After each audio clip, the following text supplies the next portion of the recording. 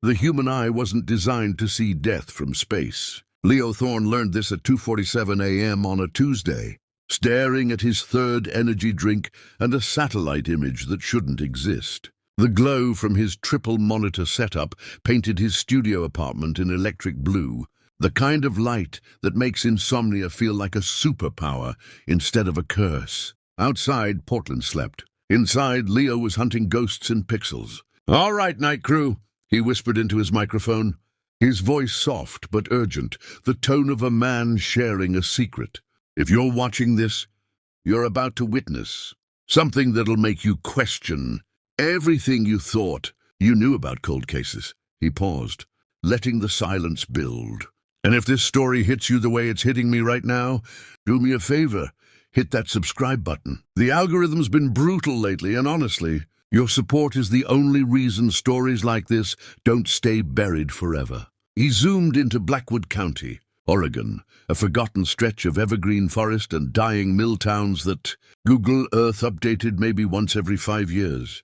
Leo was supposed to be making a video about geography oddities, those weird shapes in satellite imagery that Reddit goes crazy for. Ancient roads, crop circles, maybe a funny-shaped lake.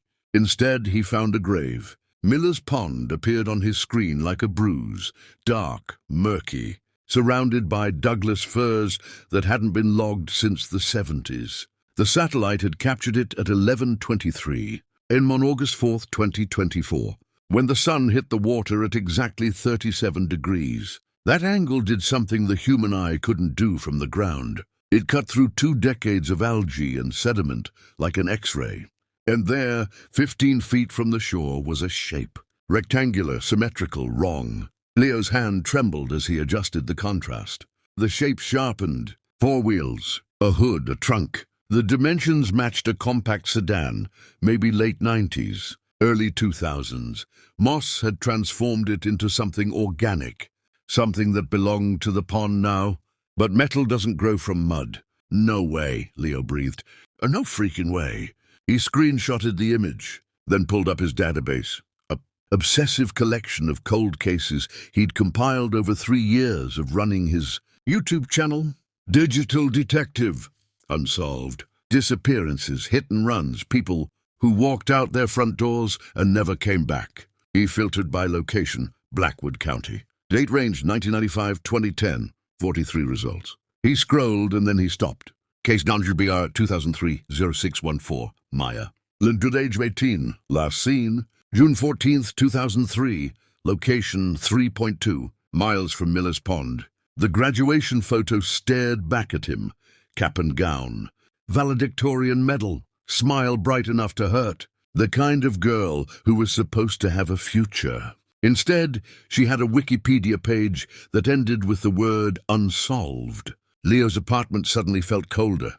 He pulled the case file he'd archived months ago, back when he did a video on graduation night disappearances. Maya Lin had been driving a 1999 Honda Civic, silver license plate KLM 8882. She'd left the ceremony around 10 p.m. with her boyfriend, Tyler Vance. They were supposed to go to an after-party.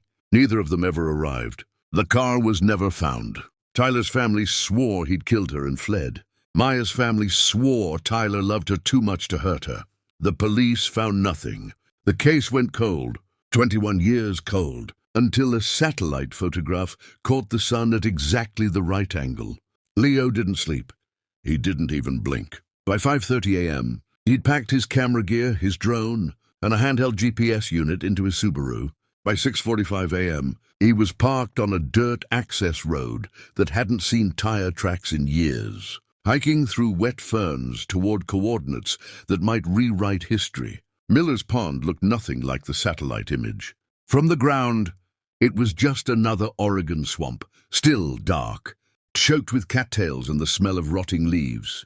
The kind of place you'd drive past without a second glance. The kind of place where things disappear. Leo assembled his drone with shaking hands, the propellers clicking into place like bullets in a chamber. He launched it, watching the live feed on his phone as it climbed above the tree line. The water below transformed from black to murky green as the morning sun burned through the mist. "Come on," Leo whispered. Show me.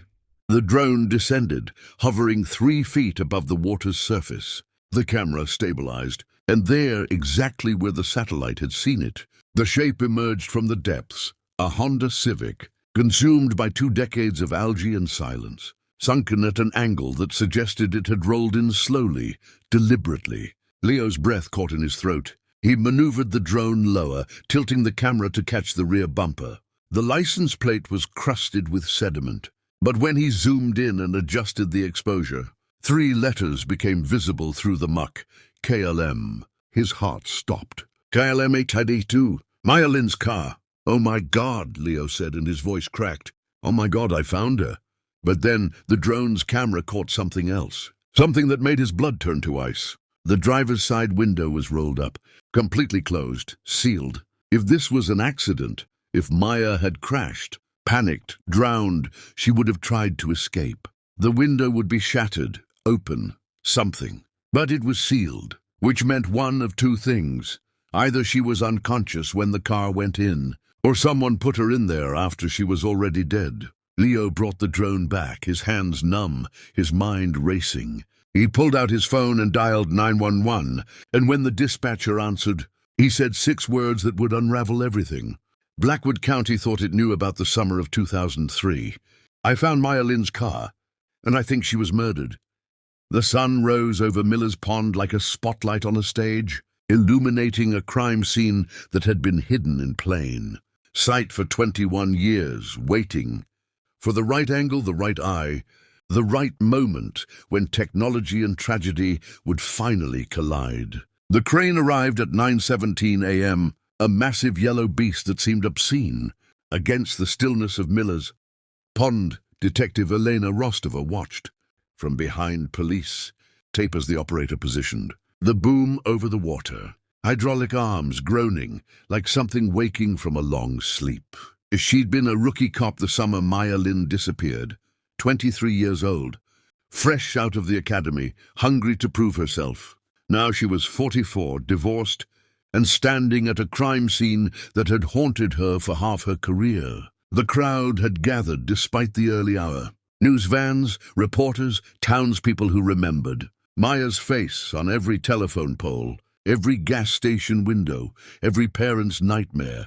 And standing at the front, separated from the chaos by a wall of cameras, was Leo Thorne, the YouTuber who'd made the call. Looking like he hadn't slept in days, Elena approached him, her badge catching the morning light. "Mr. Thorne?" Leo turned, eyes bloodshot but sharp. "Detective, tell me I'm not crazy. Tell me that's really her car down there." "The plates match," Elena said quietly. "We ran them twice." She paused, studying his face. "How did you know to look here?" "I didn't." Leo pulled out his phone, showing her the satellite image. "I was doing a video on weird geographical formations. The sun hit the water at exactly the right angle on exactly the right day. If Google had updated their imagery a week earlier or later, we never would have seen it." Elena stared at the image, a chill running down her spine. 21 years. The car had been here for 21 years. 15 feet from a hiking trail that dozens of people used every summer. Hidden by nothing but murky water and bad angles. "Some things stay lost because we're not looking in the right place," she said softly. "And some things stay lost because someone wants them to." The crane operator's voice crackled over the radio. "We've got her hooked. Bringing her up." The crowd fell silent. Elena watched as the cables went taut, as the boom shuddered, as something heavy and wrong began to rise from the depths. Water cascaded off the vehicle in streams that looked almost black. The Honda Civic emerged slowly, like a creature being born from the mud. Roof first, then windows, then doors sealed shut with 21 years of algae and decay. It didn't look like a car anymore. It looked like a coffin. The crane lowered it onto a flatbed truck lined with plastic sheeting. Up close, the smell hit Elena like a fist. Stagnant water, rotting vegetation, and underneath it all, something else. Something organic. Something that had once been alive. The forensics team moved in, their white suits stark against the dark metal. Dr. Rashid Kapoor, the county medical examiner, approached with a crowbar. his face grim behind his surgical mask. Elena had worked with him for 15 years. She'd never seen him look scared before. "Driver's side door is sealed shut," Kapoor said, his voice muffled. "Corrosion's fused it to the frame. We're going to have to force it." The crowd pressed closer. Cameras clicked. Someone in the back was crying. Elena recognized the sound. That specific pitch of grief, mixed with hope, mixed with terror. Maya's mother was here. Kapoor wedged the crowbar into the doorframe. Metal screamed. The seal broke with a sound like bones cracking, and 21 years of pond water rushed out, black and thick, carrying with it the smell of absolute decay. Several reporters stumbled backward, gagging. Elena held her ground, her hand instinctively moving to her service weapon, not because there was a threat, but because some part of her brain recognized that she was about to see something that would change everything. Kapoor leaned into the vehicle, his flashlight cutting through the gloom of the interior. The beam moved slowly, methodically. Steering wheel, dashboard, passenger seat, driver's seat. He froze. "Elena," he said, and his voice had gone flat professional, the tone doctors use when they're delivering news that will destroy someone's world. "We have remains." The crowd erupted. Cameras surged forward. Someone screamed, Maya's mother collapsing into her husband's arms. Elena moved closer, her training overriding the nausea rising in her throat. Through the open door, she could see the skeleton slumped in the driver's seat, still wearing a seatbelt that had held it in place through 2 decades of water and time. Fabric clung to the bones. A jacket, jeans, sneakers that had somehow survived. "It's her," someone whispered behind Elena. "Oh God, it's Maya." But Kapoor hadn't moved.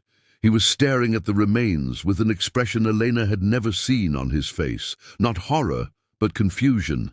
Deep, unsettling confusion. "Elena," he said again, quieter this time, "look at the jacket." She leaned in, her flashlight joining his. The fabric was a varsity jacket, blue and gold, Blackwood High School's colors.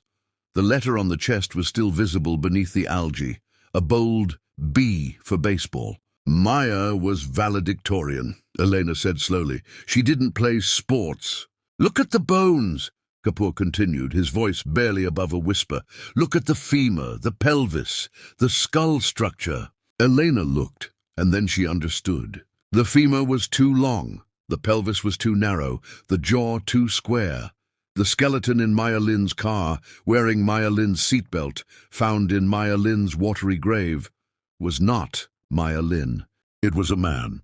Kapoor turned to her, his face pale behind his mask, his eyes carrying the weight of a revelation that would shatter 21 years of assumptions, accusations, and grief. "Detective," he said, loud enough now for the forensics team to hear, loud enough for the moment to become official, irreversible. "We need dental records, but based on preliminary examination, this victim is male, approximately 6 feet tall, age 18 to 25 at time of death." The world seemed to tilt. Elena's mind raced through the case file she'd memorized years ago. Male, 6 feet, 18 to 25. Last seen with Maya Lin on June 14th, 2003. "Tyler Vance," she breathed. "The boyfriend everyone thought had killed her. The boy whose family had been destroyed by suspicion and hate. The suspect who'd supposedly fled the state, leaving Maya's body somewhere in the woods. He hadn't run. He'd been here the whole time. And if Tyler Vance was in the car, then where the hell was Maya Lin? The dental records arrived at 3:42 p.m., transmitted from an orthodontist's office that had been closed for 12 years. Dr. Kapoor held the X-rays up to the light in the makeshift forensics tent, comparing them to the skull recovered from the Civic. Elena watched his face, waiting for the confirmation she already knew was coming. "It's him," Kapoor said finally. "Tyler James Vance, no question." Elena sank into a folding chair, the weight of 21 years crashing down on her shoulders. She remembered Tyler's father, Robert Vance, standing in the police station 3 weeks after Maya disappeared, begging them to search harder, to look for his son instead of hunting him. She remembered Chief Miller, then just Sergeant Miller, slamming his fist on the desk and telling Robert that his boy was a murderer and a coward. She remembered the vigil that turned into a mob, the Vance house spray-painted with the word killer in dripping red letters. Tyler's little sister, Emily, being pulled out of school because other children threw rocks at her. The town had convicted Tyler Vance without a trial, without evidence, without a body. And they'd been wrong. "'Cause of death?" Elena asked, though part of her didn't want to know. Kapoor moved to the examination table, where Tyler's remains were laid out like a puzzle waiting to be solved. He pointed to the back of the skull with a gloved hand. Single gunshot wound. Entry point at the base of the occipital bone. Bullet trajectory upward through the brainstem. Death would have been instantaneous. Elena stood, moving closer. The hole in the skull was small, clean, a 9mm, maybe a .38. Execution style. Yes. Kapoor's voice was grim. He was shot from behind, likely while sitting in the driver's seat. The bullet would have exited through the frontal bone, which is missing, probably shattered on impact and lost in the pond. So someone shoots him, leaves him in the car, and rolls it into the water. Eleanor's mind was racing now, building the timeline. This wasn't an accident. This was murder staged to look like a disappearance. There's more. Kapoor gestured to a metal tray where evidence had been catalogued. We found his wallet in his back pocket. Still had his driver's license, $43 in cash, a movie ticket stub. If he was running, why would he leave his wallet? And look at this. He held up a sealed evidence bag containing a class ring. Blackwood High School, 2003. Maya's graduation year. Tyler's graduation year. It was on his finger, Kapoor continued, engraved on the inside, Forever ML. Maya Lin had given Tyler Vance a promise, and someone had killed him for it. Elena pulled out her phone and dialed a number she'd hoped never to call. It rang 4 times before a woman's voice answered, cautious and worn. Hello? Emily Vance. Elena's throat tightened. This is Detective Elena Rostova with Blackwood County Sheriff's Department. I need you to sit down. The silence that followed was the kind that carries the weight of 21 years of waiting. You found him, Emily said finally, and she wasn't asking a question. Yes, I'm so sorry. Your brother didn't run. He never hurt Maya. He was... Elena's voice cracked. He was murdered, Emily. Tyler was a victim. The sound that came through the phone was something between a sob and a gasp, the release of 2 decades of grief and vindication and rage. I knew it, Emily whispered. I always knew Tyler wouldn't leave me. He wouldn't leave us. We're going to find out who did this, Elena promised, and she meant it with every fiber of her being. Your brother's going to get justice. Finally. After the call ended, Elena stood outside the forensics tent, watching the sun descend toward Miller's Pond. The water looked peaceful now, innocent, as if it hadn't been hiding murder for 21 years. The crowd had dispersed, leaving only police vehicles and Leo Thorne's Subaru. The YouTuber was sitting on his hood, camera down, just staring at the water. Elena approached him. You did a good thing today. Tyler's family, they'll finally be able to bury him, to grieve properly. Leo didn't look away from the pond. Everyone thought he was a monster. For 21 years, they thought he killed her. I know. Elena felt the shame of it, the collective guilt of an entire town. We failed him. We failed his family. But if Tyler's dead, Leo said slowly, turning to face her with eyes that had seen too much in too short a time. Then where's Maya? Is she out there somewhere, alive? Or did whoever killed Tyler kill her too? It was the question Elena had been avoiding, the one that transformed this from a solved murder into something far more complex and terrifying. I don't know, she admitted, but we're going to... Detective! One of the forensics techs was running toward them, holding an evidence bag above his head like a trophy. Detective Rostova, you need to see this. Elena met him halfway, Leo following close behind. The tech was young, excited, the kind of excitement that comes from finding something impossible. "We were processing the undercarriage, checking for trace evidence," the tech said, breathless, "and we found this taped underneath the passenger seat. It was in a watertight Ziploc bag sealed with duct tape." He held up the evidence bag. Inside was a cell phone, chunky, primitive, with a small green screen and physical buttons. A Nokia, the kind that was indestructible, the kind that could survive anything, even 21 years at the bottom of a pond. Elena's hands trembled as she took the bag. "Please tell me." "The SIM card is intact," the tech said, grinning now. "I can't believe it, but it's intact. If we can clone it, if we can extract the data, we might be able to see Tyler's calls, his texts, everything from that night." Leo stepped closer, his camera instinctively rising before he caught himself and lowered it. "That phone could tell us who killed him. It could tell us what happened to Maya." Elena stared at the Nokia, this artifact from 2003, this time capsule sealed by someone who knew it would survive. Tyler had hidden this phone. In his final moments, knowing he was going to die, Tyler Vance had preserved evidence. "Get this to the lab," Elena ordered, her voice steady now, focused. "I want everything on that SIM card, every call, every text, every piece of data, and I want it yesterday." The tech nodded and hurried away. Elena and Leo stood in the fading light, watching the forensics team load Tyler's remains into the medical examiner's van.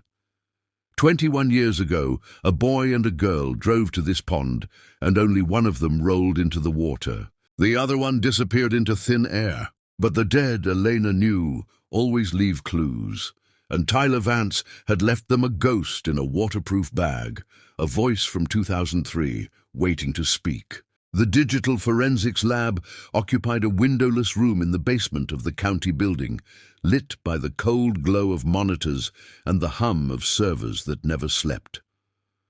Elena arrived at 6:30 a.m., carrying 2 coffees and the weight of a sleepless night. Marcus Chen, the department's tech specialist, had been working on the SIM card for 14 hours straight. "Tell me you have something," Elena said, setting a coffee beside his keyboard. Marcus didn't look up from his screen. His fingers moved across the keyboard with the precision of a surgeon. "I have everything. And detective, you're not going to believe this." He pulled up a window filled with data, call logs, text messages, contact lists frozen in time. The Nokia had been Tyler's phone, registered under his name, last active on June 14, 2003 at 11:47 p.m. 5 minutes before the estimated time of death. "The phone was partially charged when it went into the water," Marcus explained, his voice tight with excitement. "The Ziploc bag kept it dry long enough for the battery to die naturally. But the SIM card, that solid-state memory, no moving parts. It's been waiting 21 years to tell us what happened." Elena leaned forward, her heart pounding. "Show me the texts from that night." Marcus opened a log file. The messages appeared in chronological order, green text on a black background, words typed by dead fingers on a summer night in 2003. June 14, 2003, 9:47 p.m. From Maya 3. "We have to do this. It's the right thing." 9:51 p.m. To Maya 3. "I know. I'm scared, but I'm with you, always."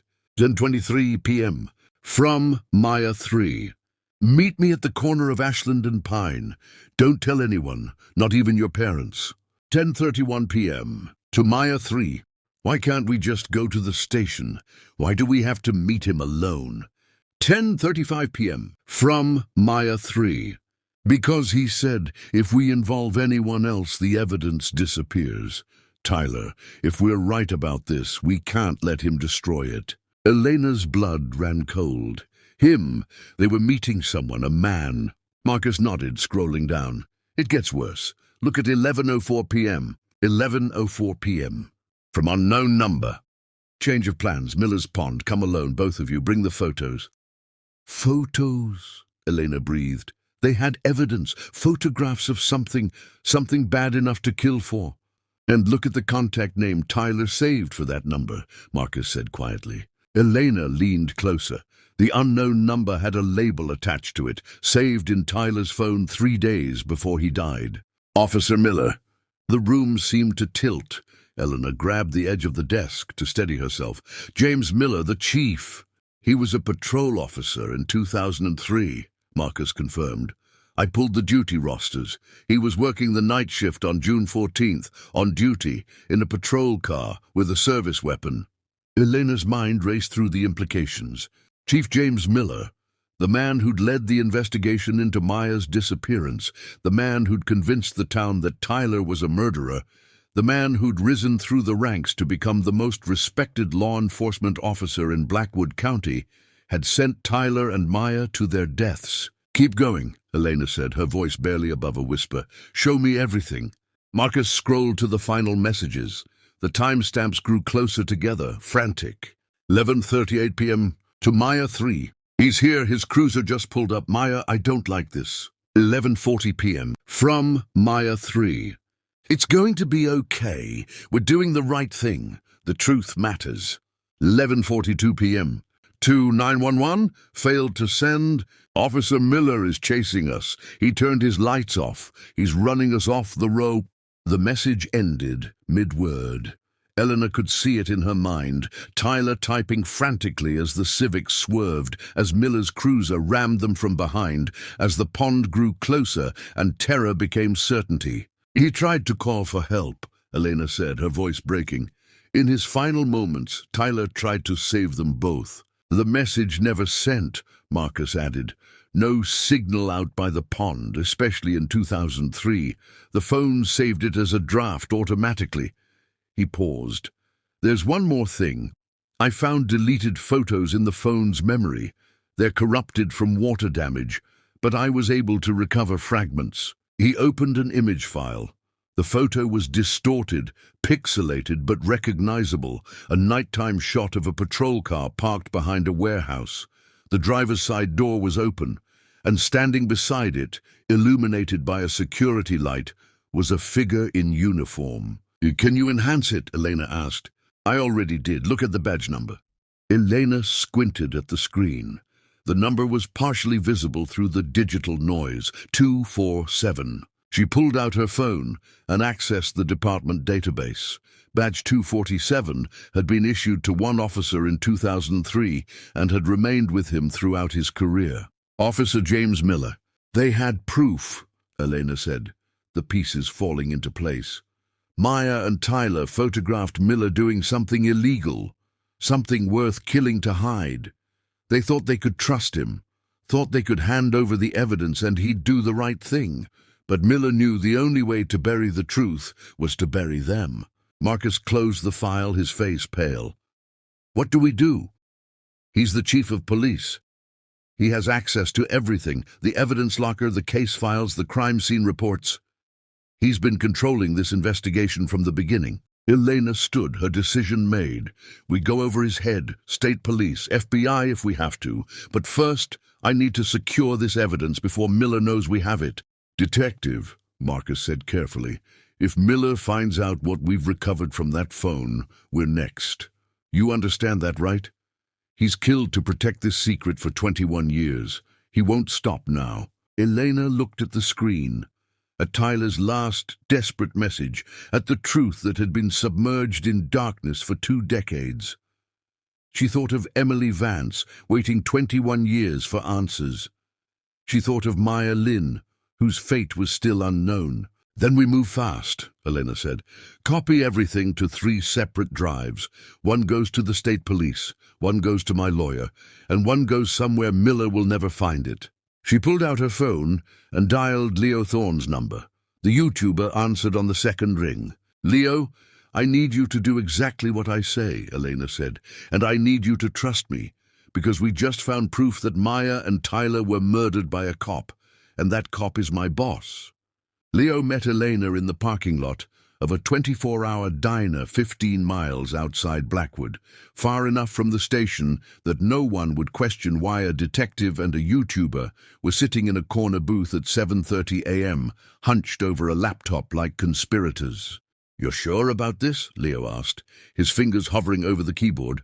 The screen displayed his cloud storage account, empty, waiting. Elena slid a USB drive across the table.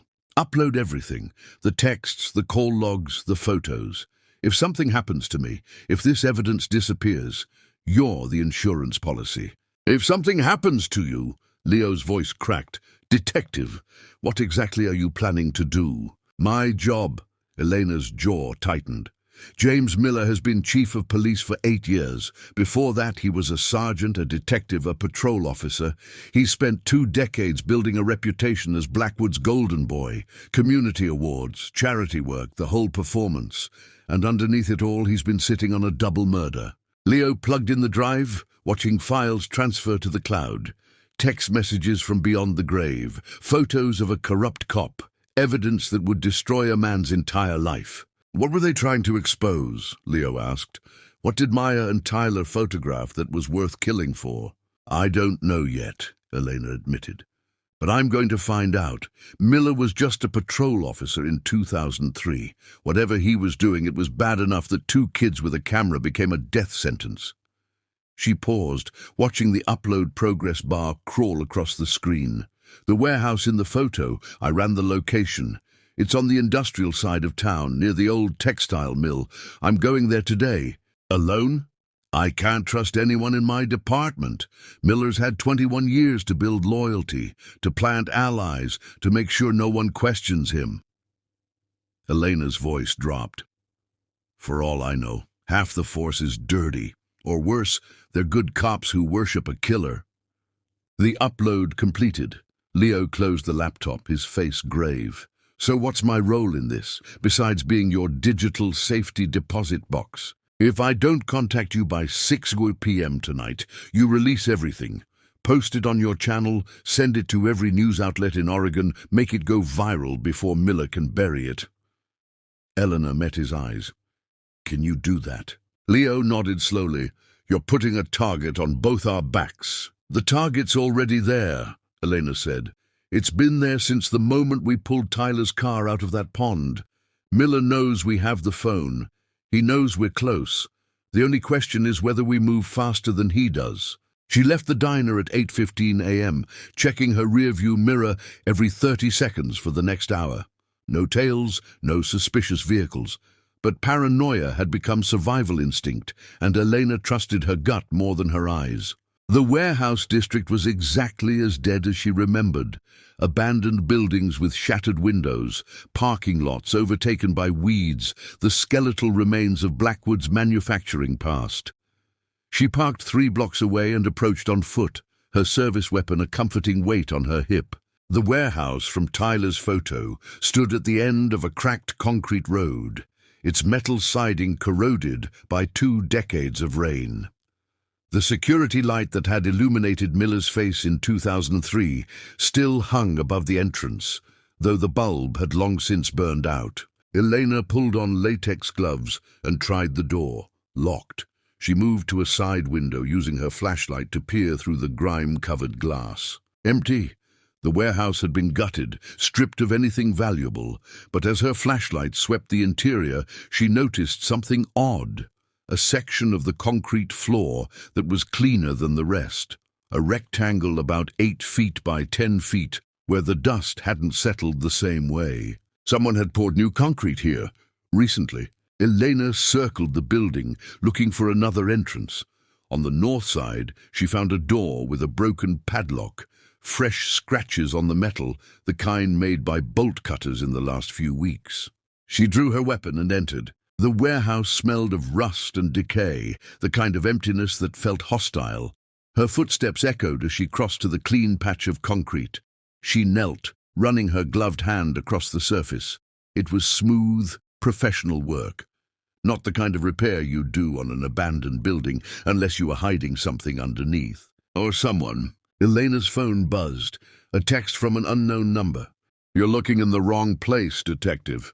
Her blood turned to ice. She spun, weapon raised, scanning the shadows, empty, but someone was watching. Someone knew she was here. Another buzz. The past is buried, let it stay buried. Elena backed toward the exit, her heart hammering. She reached the door and ran, not from fear, but from tactical necessity. She needed backup she could trust, and right now, that list had exactly 0 names on it. She drove straight home, her mind racing through scenarios. Miller knew she was investigating. He was sending a message. But how did he know where she'd be? Was he tracking her phone? Her car? Elena parked in her building's garage and took the stairs to her 3rd-floor apartment, her hand never leaving her weapon. She unlocked her door and stepped inside. Everything was exactly as she'd left it. Kitchen clean, living room untouched, nothing disturbed. Except the smell was wrong. Not her detergent, not her soap. Someone else's cologne, faint but present. Someone had been here. She left the diner at 8:15 a.m., checking her rearview mirror every 30 seconds for the next hour. No tails, no suspicious vehicles. But paranoia had become survival instinct, and Elena trusted her gut more than her eyes. The warehouse district was exactly as dead as she remembered. Abandoned buildings with shattered windows, parking lots overtaken by weeds, the skeletal remains of Blackwood's manufacturing past. She parked 3 blocks away and approached on foot, her service weapon a comforting weight on her hip. The warehouse from Tyler's photo stood at the end of a cracked concrete road, its metal siding corroded by 2 decades of rain. The security light that had illuminated Miller's face in 2003 still hung above the entrance, though the bulb had long since burned out. Elena pulled on latex gloves and tried the door, locked. She moved to a side window, using her flashlight to peer through the grime-covered glass. Empty. The warehouse had been gutted, stripped of anything valuable, but as her flashlight swept the interior, she noticed something odd. A section of the concrete floor that was cleaner than the rest. A rectangle about 8 feet by 10 feet, where the dust hadn't settled the same way. Someone had poured new concrete here, recently. Elena circled the building, looking for another entrance. On the north side, she found a door with a broken padlock, fresh scratches on the metal, the kind made by bolt cutters in the last few weeks. She drew her weapon and entered. The warehouse smelled of rust and decay, the kind of emptiness that felt hostile. Her footsteps echoed as she crossed to the clean patch of concrete. She knelt, running her gloved hand across the surface. It was smooth, professional work. Not the kind of repair you'd do on an abandoned building unless you were hiding something underneath. Or someone. Elena's phone buzzed, a text from an unknown number. "You're looking in the wrong place, detective." Her blood turned to ice. She spun, weapon raised, scanning the shadows, empty, but someone was watching. Someone knew she was here. Another buzz. "The past is buried, let it stay buried." Elena backed toward the exit, her heart hammering. She reached the door and ran, not from fear, but from tactical necessity. She needed backup she could trust, and right now, that list had exactly 0 names on it. She drove straight home, her mind racing through scenarios. Miller knew she was investigating. He was sending a message. But how did he know where she'd be? Was he tracking her phone? Her car? Elena parked in her building's garage and took the stairs to her 3rd-floor apartment, her hand never leaving her weapon. She unlocked her door and stepped inside. Everything was exactly as she'd left it. Kitchen clean, living room untouched, nothing disturbed. Except the smell was wrong. Not her detergent, not her soap. Someone else's cologne, faint but present. Someone had been here. Elena moved through the apartment, clearing each room with military precision. Empty. But in the kitchen, on the table where she ate breakfast every morning, was a stack of paper held down by her own coffee mug. Missing person posters, 21 years old, the paper yellowed and brittle. Maya Lin's graduation photo stared up at her, duplicated across dozens of sheets, the same posters that had covered Blackwood in the summer of 2003. And on top of the stack, written in blue pen on a post-it note, was a message. "Some things stay buried for a reason, Elena. Your mother understood that. Ask yourself if you're smarter than she was." Elena's hands shook. Her mother, Margaret Rostova, patrol officer, Blackwood County Sheriff's Department, died in a car accident in 2004, just 8 months after Maya disappeared. Single vehicle collision on a mountain road, ruled accidental. Elena had been 24 years old, still a rookie, when she buried her mother. She'd never questioned the accident report. Until now. She pulled out her phone and called Leo, her voice steady despite the terror coursing through her veins. "Change of plans," she said. "We're not waiting until 6 p.m. We're releasing everything now. And Leo—" She stared at the posters, at her mother's name hidden in Miller's threat. "Start digging into police deaths in Blackwood County between 2003 and 2005. I think Tyler and Maya weren't Miller's only victims." Leo's video went live at 11:47 a.m., exactly 21 years to the minute after Tyler Vance's last text message. Within 30 minutes, it had 17,000 views. Within an hour, the Oregon State Police had issued a statement. Within 2 hours, Chief James Miller's office phone was disconnected and his house was empty. Elena watched the view counter climb from her car, parked outside a coffee shop with free Wi-Fi and a clear view of the exits. Her phone had been ringing non-stop. Reporters, state investigators, her own colleagues demanding to know if the allegations were true. She'd turned it off. Right now, the only person she trusted was a YouTuber she'd met 3 days ago. Her laptop dinged. A direct message from Leo. "I found something. Your mother's accident report has a witness statement that was redacted from the public file. Fisherman named Dale Hutchins claimed he saw a patrol car following your mother's vehicle 20 minutes before the crash. Hutchins died 2 weeks later. Hunting accident." Elena's vision blurred. She typed back with trembling fingers. "Same pattern as Maya and Tyler. Miller eliminates witnesses. Send me everything you have on Hutchins." "Already did. Check your encrypted email. Elena, there's something else. I've been running enhanced satellite imagery on Miller's property, his current address and his old farmhouse from 2003, the one he sold in 2007. Elena's pulse quickened. "And?" "The old farmhouse is 10 miles from Miller's pond. I found an anomaly in the backyard, a ventilation pipe coming out of the ground where a shed used to be. It's not connected to the main house. It's something else." Elena stared at the screen, her mind assembling the pieces. Tyler was shot and dumped in the pond, but Maya wasn't in the car. Maya wasn't found with him, because Miller hadn't killed Maya. He'd taken her. Elena's hands moved on autopilot, typing the address into her GPS. The farmhouse was 40 minutes away, deep in rural Blackwood County, where properties were measured in acres and neighbors were measured in miles.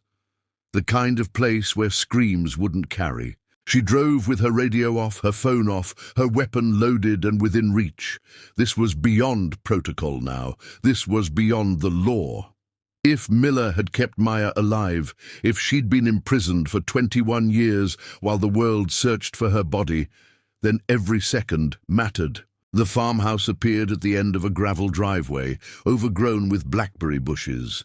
The structure was collapsing in on itself, windows boarded, roof sagging. A no trespassing sign hung crooked on the gate, rusted and forgotten. Elena parked a quarter-mile away and approached on foot, moving through the tree line like she'd been taught at the academy. The property was silent except for wind through the pines and the distant call of a crow. She circled to the backyard, where Leo's satellite images had shown the anomaly. The shed was gone, torn down years ago, but the foundation remained, concrete blocks forming a rectangle in the weeds. And there, exactly where Leo had marked it, was a pipe protruding from the ground, 4 inches in diameter, capped with rusted mesh. A ventilation pipe for something underground. Elena knelt beside it, pulling away the mesh. Stale air rushed out, carrying a smell that made her stomach turn. Human waste, mildew, and something else. Something that suggested recent occupation. She found the cellar entrance hidden beneath a sheet of plywood and accumulated dirt. The lock was new, installed within the last 5 years. Someone had been maintaining this place. Elena didn't hesitate. She fired a single shot into the padlock, the sound echoing across the empty property like a thunderclap. The lock shattered. She yanked the doors open, revealing concrete steps descending into darkness. "Maya!" Elena called, her voice swallowed by the black. "Maya Lin, if you're down there, this is the police. I'm here to help you." Silence. Elena descended, her flashlight cutting through the gloom. The cellar was larger than she'd expected, maybe 12 feet by 15 feet, walls lined with concrete blocks. A mattress lay in the corner, stained and worn. Chains were bolted to the wall, their metal links polished smooth from decades of use. A bucket in the corner served as a toilet. And scattered across the floor were food wrappers, granola bars, crackers, bottled water. Recent, within the last 48 hours. But the cellar was empty. Elena's flashlight found something else, a notebook, spiral-bound, hidden beneath the mattress. She picked it up with gloved hands and opened it. The first entry was dated July 3rd, 2003. Day 19. "I've stopped screaming. No one can hear me. Tyler is dead. I watched Miller shoot him. I watched the car sink. And then he brought me here." Elena's throat constricted. 21 years of entries, written in handwriting that evolved from teenage loops to tight, controlled script. Maya had documented everything: Miller's visits, his threats, his promises that one day she'd be free if she just stayed quiet. The journal was evidence, testimony, and a suicide note written across 2 decades. But the entries didn't end in despair. As Elena flipped through the pages, she saw the evolution. Maya hadn't just survived, she'd adapted. She'd listened when Miller talked. She'd memorized details about his operations, his partners, his criminal network. She'd turned her prison into an intelligence-gathering operation. The final entry was dated 2 days ago. "The car was found. I heard Miller on the phone, panicking. This is my chance. When he comes to move me, I'll be ready. I've been ready for 21 years. Tyler, if there's a heaven, I'm about to make you proud." The page after was torn out. Elena emerged from the cellar into sunlight that felt obscene. Maya had been here for 21 years, and in the chaos of Tyler's discovery, she'd escaped. But where would she go?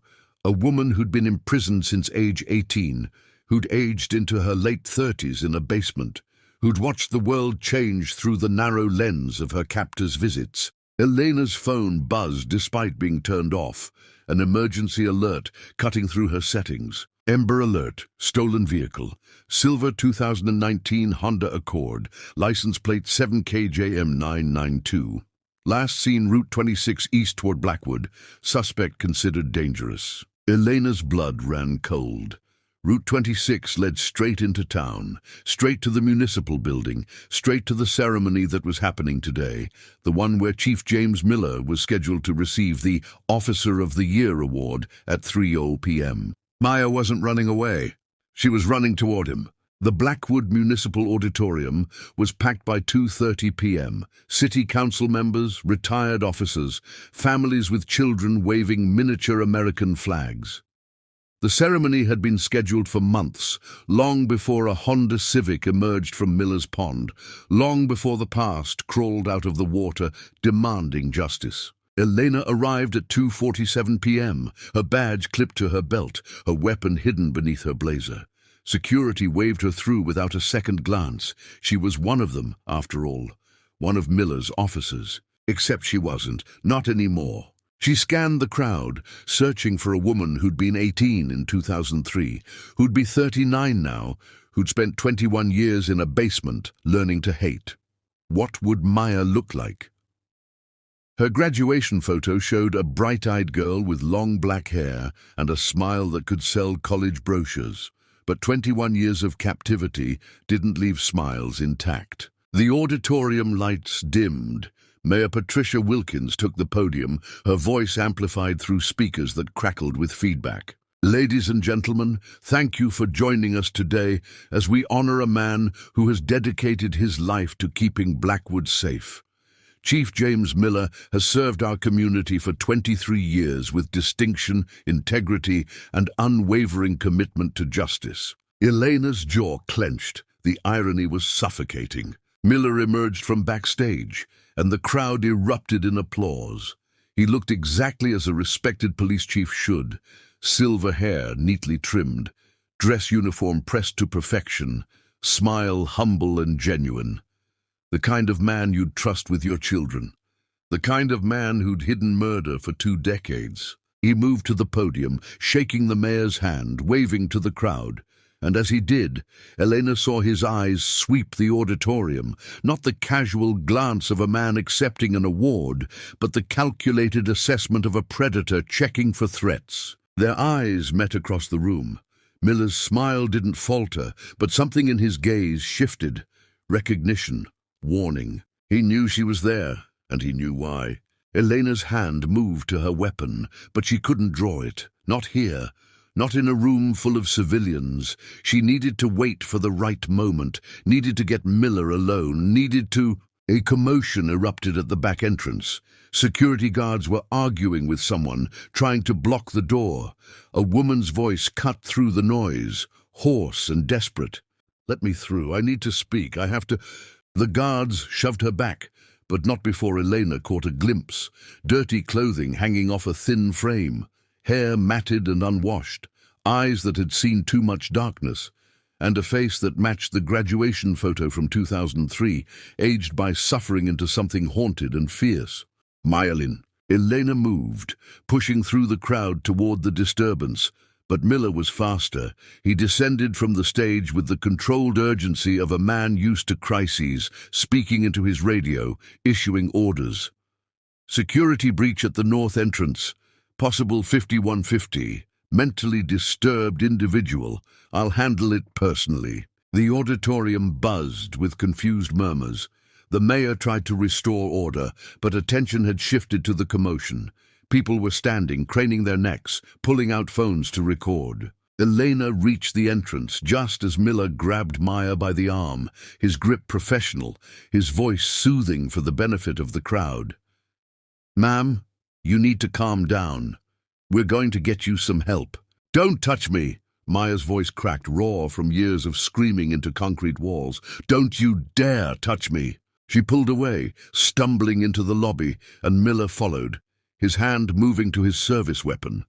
Elena saw it, the subtle shift of his jacket, the practiced motion of a man preparing to draw. "Miller, stop!" Elena shouted, her own weapon now in her hand, pointed at the ground but ready. "Step away from her!" The crowd gasped.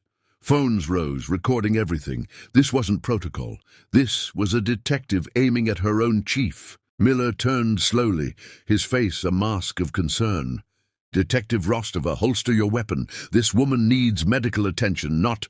"Her name is Maya Lin," Elena said, loud enough for everyone to hear, loud enough for every phone to record. "And you held her prisoner for 21 years after you murdered Tyler Vance." The auditorium went silent. Even the mayor had stopped talking. Miller's expression didn't change, but his hand stayed near his weapon. "Elena, you're clearly under stress. The investigation has been difficult, I understand, but making wild accusations..." "I have the text messages," Elena continued, stepping closer. "From Tyler's phone, the one he hid in the car before you shot him, the one that proves you lured them to Miller's pond, the one where he tried to call 911 while you chased them." Miller's mask slipped, just for a second. A flicker of something cold and calculating crossed his face. Maya seized the moment. She lunged toward the podium where the mayor had been standing, grabbing the microphone before anyone could stop her. Her voice, amplified through the speakers, filled the auditorium with the weight of 2 decades. "My name is Maya Lin. I disappeared on June 14th, 2003. Everyone thought I was dead. Everyone thought my boyfriend killed me. But Tyler Vance was a hero." Her voice broke, then strengthened. "We found evidence that this man, Chief James Miller, was running drugs through the Blackwood warehouse district. We photographed him. We had proof. And when we tried to turn him in, he shot Tyler in the head and dragged me to a basement where I've been living for 21 years. The crowd erupted, shouts, screams, people rushing for exits, and in the chaos, Miller drew his weapon. Not at Maya, at Elena. "I'm sorry it came to this," Miller said, and for the first time, his voice carried no pretense, no performance. Just the flat, emotionless tone of a man who'd killed before and would kill again. "You should have let the past stay buried." Time slowed. Elena saw Miller's finger tighten on the trigger. She saw Leo at the side entrance, his camera pointed at them, live-streaming everything. She saw Maya's eyes, not frightened, but determined. 21 years of captivity crystallized into pure, focused rage. And then Maya spoke one sentence, quiet but clear in the stunned silence. "Badge number 247. I memorized it while Tyler bled out in front of me." Miller's hand wavered, just a fraction of a second. It was enough. Elena fired first. The shot hit Miller's shoulder, spinning him sideways. His weapon discharged, the bullet embedding in the ceiling. He collapsed, clutching his arm, and in seconds, officers who'd served under him for years were surrounding him, weapons drawn, faces confused and horrified and betrayed. Elena kicked Miller's gun away and cuffed him, her hands steady despite the adrenaline screaming through her veins. "James Miller, you're under arrest for the murders of Tyler Vance and Dale Hutchins, the attempted murder of Margaret Rostova, and the kidnapping of Maya Lin." She looked up at Maya, still standing at the podium, microphone in hand, tears streaming down her face. "It's over," Elena said. "You're free." The footage went viral within minutes. Not through news networks or official channels, but through Leo Thorne's livestream, watched by 47,000 people in real time as a police chief fell and a ghost came back to life. By the time the state police arrived to secure the scene, the video had been downloaded, shared, and replicated across every platform on the internet. There was no burying this truth. Not anymore. Elena sat in an interrogation room that wasn't hers, answering questions from investigators who'd driven 3 hours from Salem. Yes, she'd acted alone. Yes, she'd violated protocol. Yes, she'd do it all again. The state police detective across from her, a weathered woman named Captain Sarah Brennan, studied Eleanor for a long moment before closing her notebook. "You're either the bravest cop I've ever met or the most reckless," Brennan said. "I haven't decided which." "Does it matter?" Elena asked, exhausted beyond measure. "Maya's alive, Tyler's getting justice, Miller's in custody." "Miller's in surgery," Brennan corrected, "and already demanding a lawyer. This is going to be a long fight, detective. His reputation, his years of service, he'll use all of it." "Then it's a good thing we have 21 years of evidence," Elena replied, "and a witness who survived to tell the story." They'd taken Maya to the hospital immediately after the shooting, but not before she'd given a preliminary statement that lasted 40 minutes and detailed horrors Elena would spend years trying to forget. The basement, the chains, the visits where Miller brought food and threats in equal measure, the years Maya spent convinced she'd die in the dark, and the day she decided she'd rather die fighting. The DNA tests came back within 72 hours, processed with the urgency of a case that had captured national attention. The woman at the microphone was definitively Maya Lin, though she barely resembled the 18-year-old valedictorian from the posters. Her hair had gone prematurely grey, her body carried the toll of malnutrition and confinement, but her eyes, those carried something the girl in the graduation photo had never known: survival, fury, purpose. Elena visited her on the 4th day, bringing flowers that felt absurdly inadequate. Maya was sitting up in her hospital bed, wearing clothes donated by a victim services organization, watching the news coverage of her own resurrection with an expression Elena couldn't quite read. "They keep calling it a miracle," Maya said without looking away from the screen. "Like God reached down and plucked me from that basement. But it wasn't God. It was a satellite photo and a YouTuber who couldn't sleep. And you, Elena added, sitting in the chair beside the bed. You survived. You documented everything. You waited for your moment. I stopped waiting years ago, Maya said quietly. I started planning.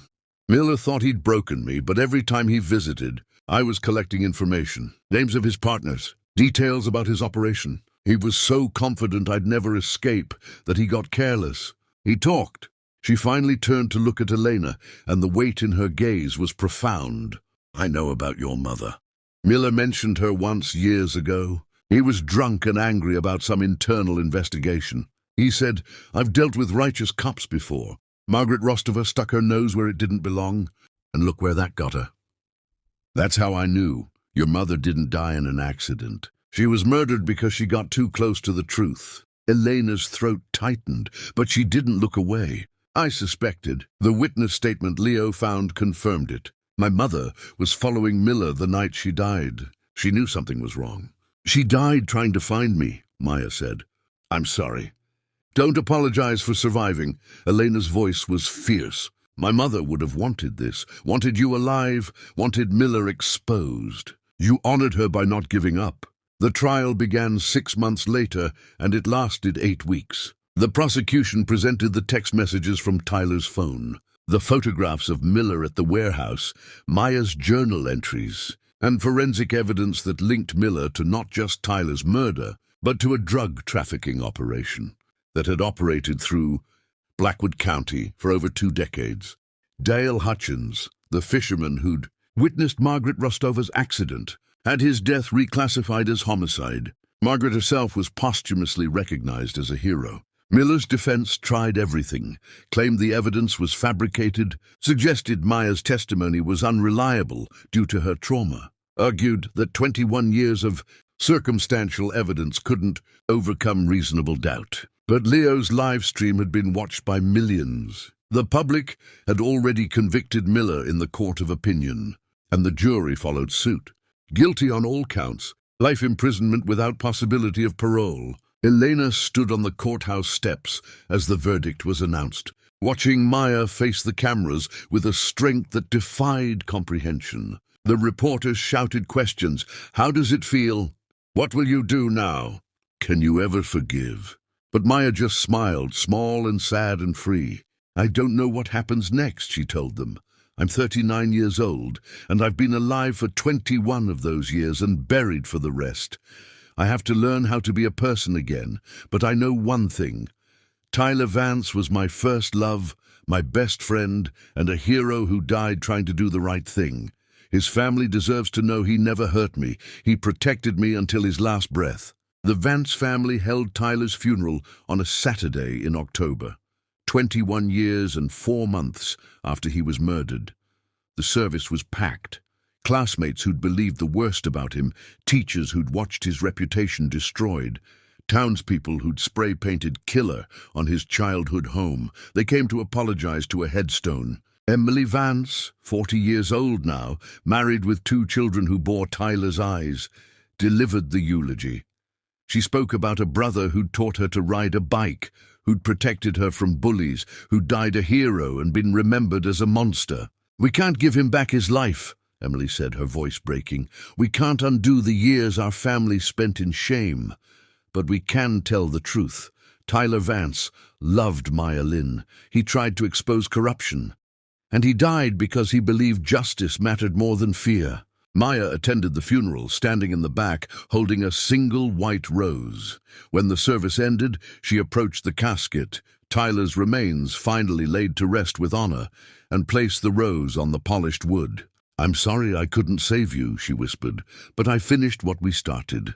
Leo Thorne's YouTube channel exploded to 3 million subscribers in the months following the arrest. He used the platform carefully, responsibly, partnering with victim advocacy groups and cold case organizations. The video of Miller's capture had been watched 90 million times, but Leo never monetized it.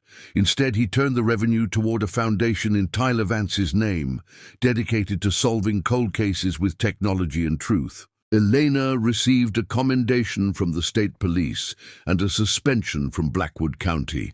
Procedure, they said, for discharging her weapon in a public space, for investigating her superior officer, for breaking a dozen regulations in pursuit of justice. She didn't fight it. She'd known the cost when she made the choice. On her last day in the Blackwood Sheriff's Department, she cleaned out her desk and found a letter tucked in the back of her drawer. The envelope was yellowed, the handwriting familiar, her mother's. "Elena, if you're reading this, something has happened to me. I've been investigating Officer Miller for 3 months. I believe he's using his patrol routes to move narcotics, and I believe he's killed to protect that operation. I have evidence, photographs, witness statements, but I don't know who to trust in the department. I've hidden copies of everything in our storage unit, a 247. If I don't make it home, promise me you'll finish this. Promise me you'll finish this. Promise me you won't let him win. I love you. Be brave, Mom." Elena sat in her empty office, holding her mother's final message, and wept. 21 years. Her mother had been hunting the same monster, fighting the same battle, and in the end, they'd both paid the price for believing truth mattered. But they'd won. Miller's Pond was drained 6 months after the trial. Environmental crews found debris, trash, and the skeletal remains of 2 more vehicles, both reported stolen in the early 2000s, both possibly connected to Miller's operation. The pond was being converted into a memorial park, funded by donations from across the country, a place where darkness would be transformed into light. Maya attended the groundbreaking ceremony, standing beside Elena as dignitaries gave speeches about justice and redemption. When it was Maya's turn to speak, she approached the microphone with the same determination she'd carried into that auditorium. "I don't believe in closure," Maya said. "I don't think trauma ends just because the bad guy goes to prison. I'll carry these 21 years in my bones for the rest of my life, but I also carry something else, proof that truth survives. That even when it's buried at the bottom of a pond, even when it's locked in a basement, even when powerful people try to erase it, truth has a way of rising to the surface." She paused, looking out over the water that had hidden so many secrets. Technology found Tyler's car, but courage found the truth. And to everyone out there carrying secrets that feel too heavy, too dangerous, too impossible to share, your voice matters. Your truth matters. Someone is listening, someone is looking, and someday the light will hit at exactly the right angle and the world will finally see what you've been trying to show them. The crowd applauded, but Maya wasn't finished. She pulled a photograph from her pocket, Tyler and Maya at senior prom, 18 years old, holding each other like they could stop time. "This is how I want to remember us," she said. "Not as victims, not as a cold case, but as 2 kids who believed doing the right thing mattered more than staying safe. Tyler gave his life for that belief, and I'm going to spend the rest of mine making sure it wasn't in vain." She placed the photograph in a time capsule that would be buried at the memorial, along with Tyler's varsity jacket, Maya's valedictorian medal, and a USB drive containing every piece of evidence that had brought Miller to justice. As the sun set over Miller's Pond, Elena stood beside Maya, 2 women who'd lost everything to a killer's secrets and gained something harder to define, purpose, perhaps, or vindication, or simply the knowledge that darkness doesn't win forever. "What will you do now?" Elena asked. Maya smiled, and for the first time it reached her eyes. "Live. Actually live. Maybe go to college. I'm only 21 years behind. Maybe write a book. Maybe just learn how to be alone without being imprisoned." She turned to Elena. "What about you?" "I'm joining the State Police Cold Case Unit," Elena said. "Turns out there are a lot of Miller's Ponds out there, a lot of families waiting for answers." "Then I guess we both have our work cut out for us." They stood together as the last light faded from the water, as the memorial park took shape around them, as the pond that had held death for 21 years began its transformation into something that honored life. Some treasures, Elena thought, remembering her mother's letter, aren't found in evidence lockers or confession rooms. They're found in the courage to keep searching when everyone else has given up, in the satellite image captured at exactly the right moment, in the text message that survived 2 decades underwater, in the woman who refused to let darkness define her. Technology sees the world from above, revealing what's hidden beneath the surface. But only courage can bring that truth into the light. And sometimes that's enough to change everything.